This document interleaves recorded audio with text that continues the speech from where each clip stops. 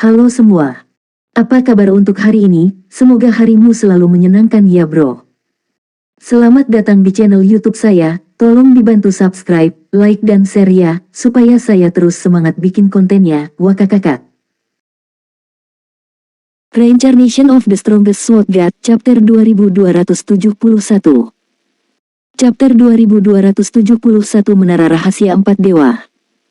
Semakin banyak waktu berlalu, energi aneh yang dipancarkan batu merah tua menjadi begitu padat sehingga bahkan si Feng bisa merasakannya memengaruhinya dari jarak 5 meter. Dia merasa haus darahnya meningkat dan amarah memenuhi pikirannya. Benda apa ini? Meskipun tidak aktif, ia memiliki pengaruh mental yang sangat kuat pada orang-orang di sekitarnya. Si Feng menatap batu merah itu dengan kaget. Energi abadi memenuhi menara empat dewa, memungkinkan pemain untuk menjaga kejernihan mental dan fokus yang ideal. Namun, energi aneh yang dipancarkan batu merah ini memiliki efek yang berlawanan. Si Feng mengambil batu itu untuk memeriksanya. Begitu jarinya menyentuh batu merah, namun, jiwanya bergidik. Dia merasa, sejenak, seolah-olah dia berdiri di lautan darah dan darah kental.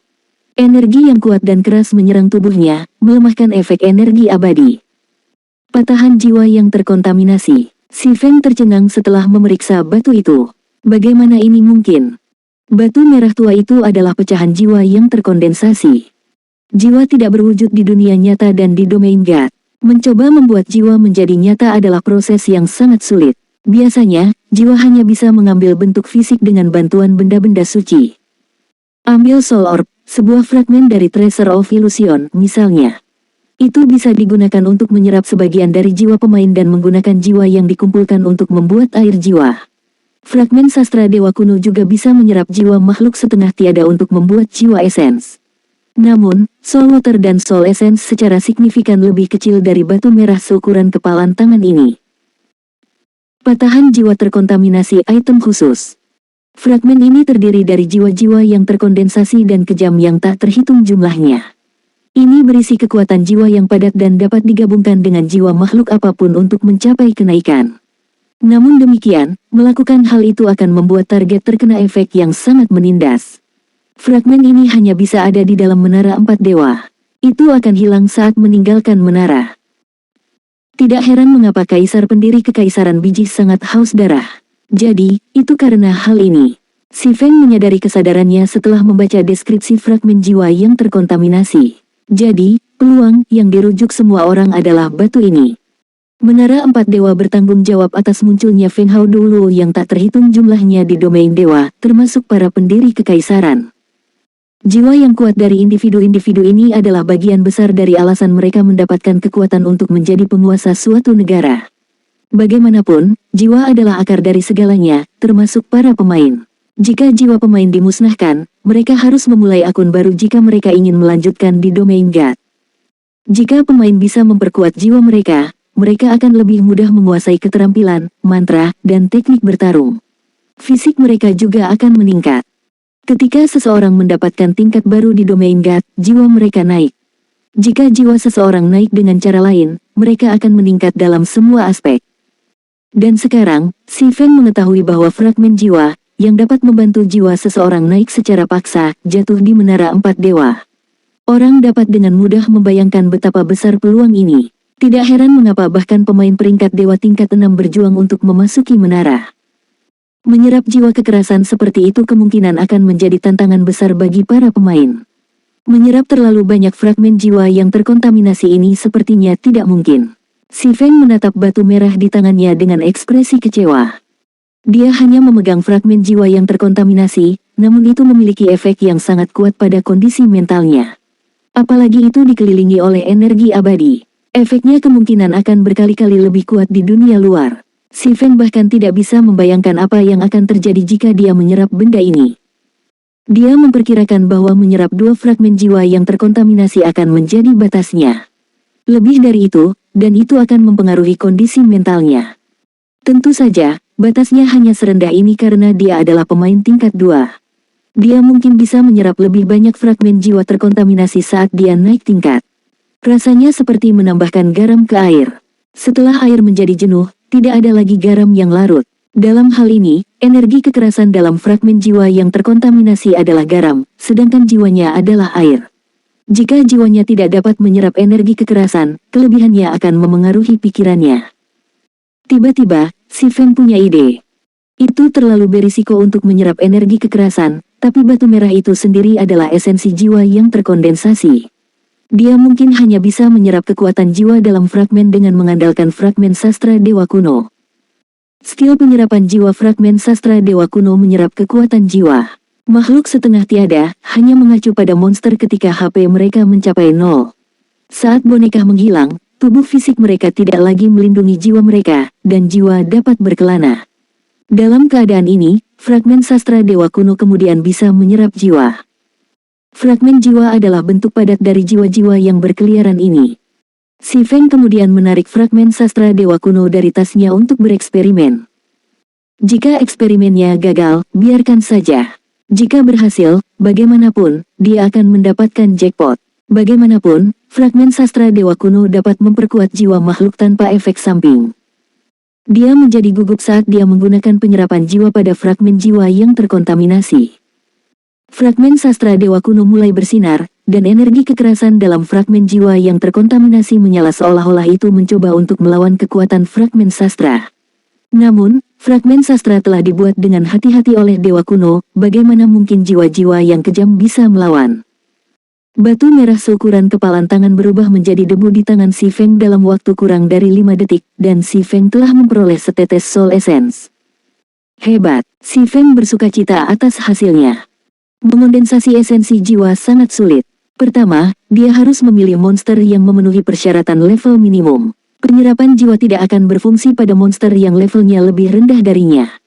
Kedua, target harus cukup kuat. Tuan besar sepertinya adalah batas terendah.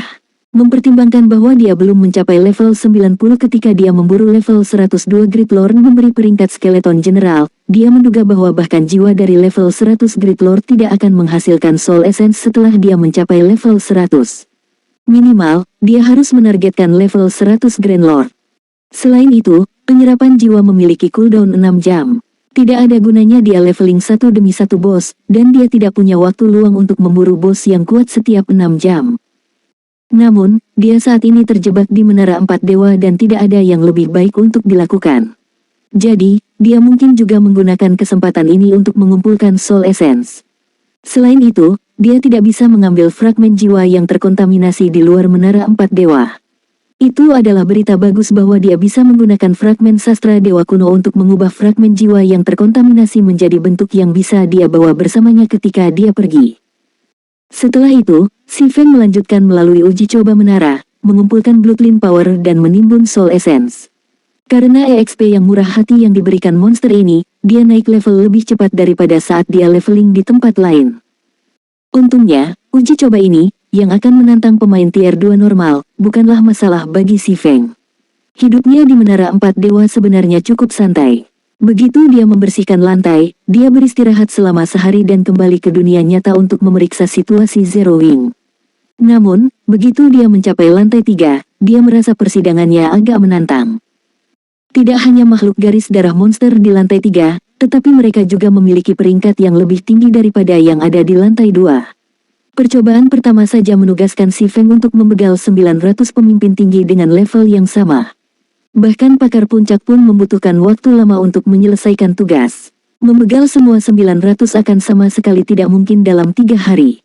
Si Feng baru saja menyelesaikan tugas itu berkat atribut dasar superior dan teknik rahasia, kilat petir. Selama persidangan kedua di lantai 3, si Feng harus menghadapi Great Lord, dan dia harus membegal 300 dari mereka dalam 3 hari. Bahkan si Feng hampir tidak berhasil menyelesaikan persidangan. Setelah membegal 300 tuan besar, si Feng telah naik ke level 99, hanya satu level lagi dari ambang level 100. Pada titik inilah dia akhirnya mengumpulkan 100 Bloodline Power yang dia butuhkan dan mengumpulkan 86 tetes Soul Essence. Jika bukan karena drop rate rendah Contaminated Soul Fragment, dia akan memiliki lebih banyak. Ketika si Feng menyelesaikan percobaan kedua di lantai 3, pemandangan di sekitarnya berubah, dan dia menemukan dirinya berada di kolosem yang sama yang dia kunjungi selama percobaan ketiga di lantai pertama. Namun, alih-alih 10 gladiator raksasa, manusia biasa berdiri di atas platform yang ditinggikan. Manusia ini mengenakan baju besi yang mempesona dan membawa pedang besar hitam pekat. Ketika Si Feng melihat pendekar pedang ini, dia tidak bisa menahan napas. Pahlawan tingkat 3. Reincarnation of the Strongest Sword God, Chapter 2272. Chapter 2272 Bloodline berkembang sidang lantai 3. Apakah ini menantang? Si Feng tidak bisa berkata-kata saat dia menatap swordsman manusia yang berdiri di tengah platform yang ditinggikan. Crow Bison, Ksatria Pedang Hitam Pahlawan, Raja Pedang tingkat 3. Level 99. HP 13 juta per 13 juta. Praktis setiap pemain di domain God tahu bahwa NPC tidak boleh terprovokasi oleh tahap permainan ini, namun banyak yang masih tidak menyadari bahwa ada perbedaan besar di antara NPC. Ambil NPC Giants Si Feng bertarung di lantai pertama, misalnya. Mereka memiliki ciri rasial yang kuat yang memberi mereka kekuatan tempur yang superior. Kekuatan tempur yang dimiliki raksasa berada di peringkat teratas di antara NPC dari tingkat yang sama, tetapi membandingkan raksasa NPC biasa dengan pahlawan seperti membandingkan nyala lilin dengan matahari. Namun, membandingkan raksasa NPC biasa dengan pahlawan seperti membandingkan nyala lilin dengan matahari. Pahlawan telah menyelesaikan ujian dewa dan menerima berkah dewa. Kekuatan tempur mereka tak tertandingi di antara mereka yang memiliki peringkat yang sama. Pahlawan yang kuat bahkan bisa membegal naga dewasa sendirian. Mereka mirip dengan orang suci penjaga kerajaan dan kerajaan. Banyak ahli puncak tingkat 5 dalam kehidupan Si Feng sebelumnya telah menjadi sombong dan sering menyerang kafilah kerajaan dan kekaisaran. Pada akhirnya, banyak dari mereka telah menemukan pahlawan NPC yang tersembunyi dan menerima pukulan yang menyakitkan. Para ahli ini tidak bisa melarikan diri dan telah dikurung di penjara karena kejahatan mereka. Mengapa Si Feng tidak tercengang mengetahui bahwa dia harus menghadapi pahlawan tingkat 3? Sistem, begal Crow Bison, Black Sword Knight, dalam 1 hari. Jika Anda gagal menyelesaikan tugas ini dalam waktu yang ditentukan, tantangan secara otomatis akan dianggap gagal. Percikan harapan terakhir Si Feng memudar begitu dia mendengar pemberitahuan sistem. Dia berharap bahwa dia hanya harus bertahan melawan pahlawan tingkat 3 untuk waktu tertentu untuk menyelesaikan persidangan lantai 3. Jika itu masalahnya, dia akan memiliki kesempatan, tetapi dia sebenarnya harus membegal pahlawan tingkat 3. Si Feng tidak akan bisa mengalahkan pahlawan tingkat 3 bahkan jika dia adalah pemain tingkat 3, apalagi sekarang, sebagai pemain tingkat 2. Ahli puncak tier 5 di masa lalu telah memerintahkan teknik pertempuran yang sangat kuat, dan peralatan terlemah yang mereka kenakan adalah Epic Rank. Mereka juga telah membawa beberapa item legendaris terfragmentasi, namun mereka hanya mendapatkan pukulan sepihak selama pertemuan mereka dengan pahlawan tingkat 5. Tunggu, kenapa pahlawan itu hanya memakai peralatan Dark Gold? Saat Si Feng hendak menyerah pada persidangan dan berhenti membuang-buang waktunya di Menara Empat Dewa, dia memperhatikan bahwa efek cahaya pada senjata dan peralatan Crow Bison adalah efek unik untuk item dengan peringkat Dark Gold. Biasanya, pahlawan NPC mengenakan minimal peralatan set epic, sementara beberapa individu yang lebih kuat menggunakan peralatan legendaris terfragmentasi. Seorang NPC akan lebih mudah mengumpulkan peralatan seperti itu daripada pemain. Namun, pahlawan tingkat 3 sebelum dia hanya memakai peralatan emas gelap. Selain itu, dari tampilan peralatan pahlawan, itu bahkan bukan peralatan set emas gelap. Saya punya kesempatan. Mata Si Feng bersinar karena kegembiraan atas penemuan ini. Ada perbedaan 3 peringkat antara Epic Set Equipment dan Dark Gold Equipment individu. Dengan kata lain, kekuatan tempur pahlawan ini akan menjadi 3 peringkat lebih rendah dari biasanya. Yang terpenting, Crow Bison bukanlah level 100, tetapi level 99. Level 100 adalah titik balik yang sangat besar dalam domain dewa untuk monster dan NPC.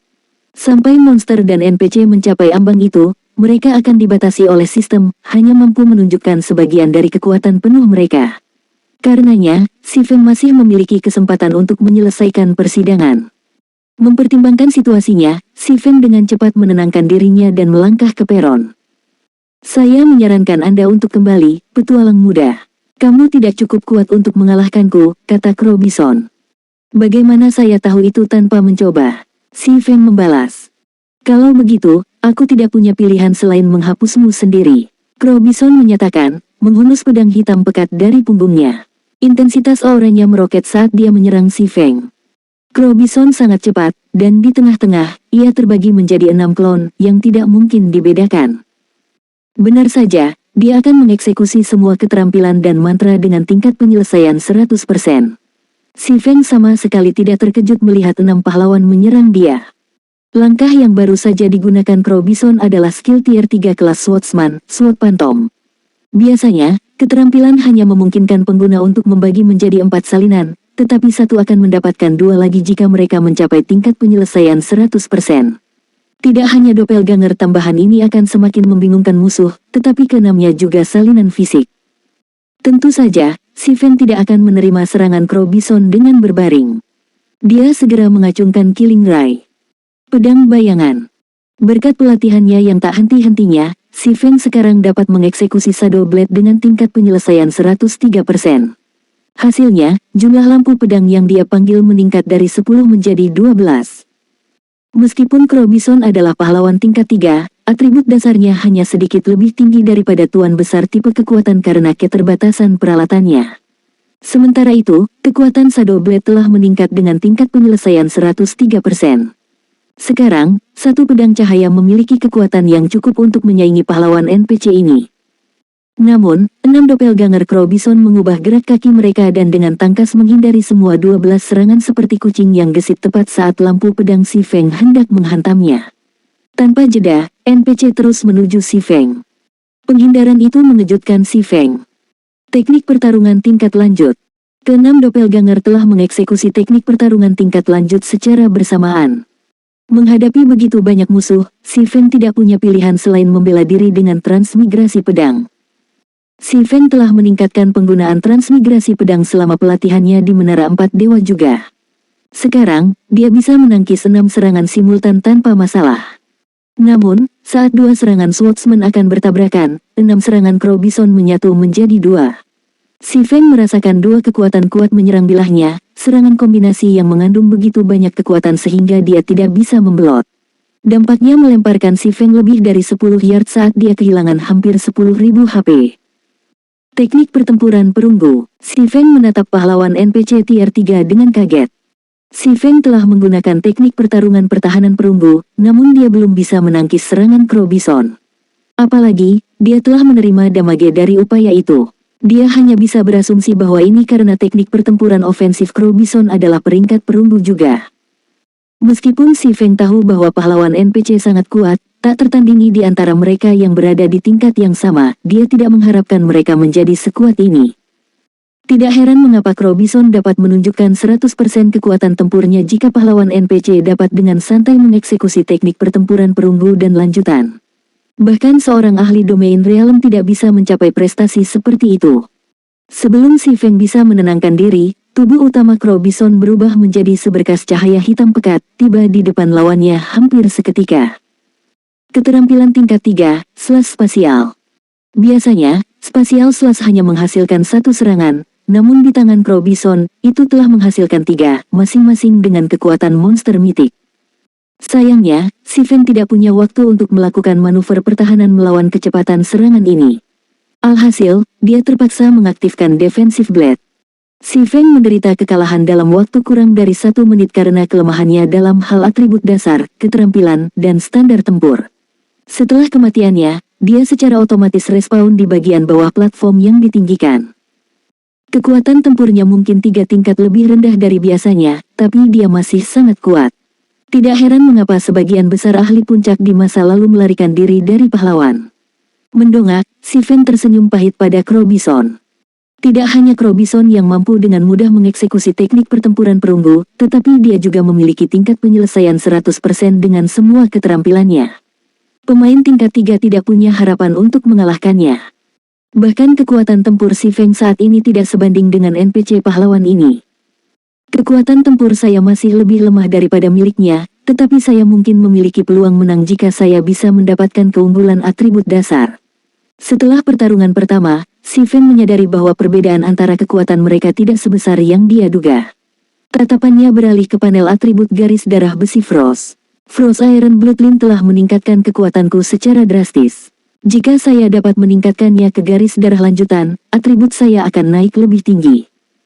Dengan sedikit pilihan, si Feng mengetuk panel atribut garis darah besi Frost dan memilih untuk mengembangkannya.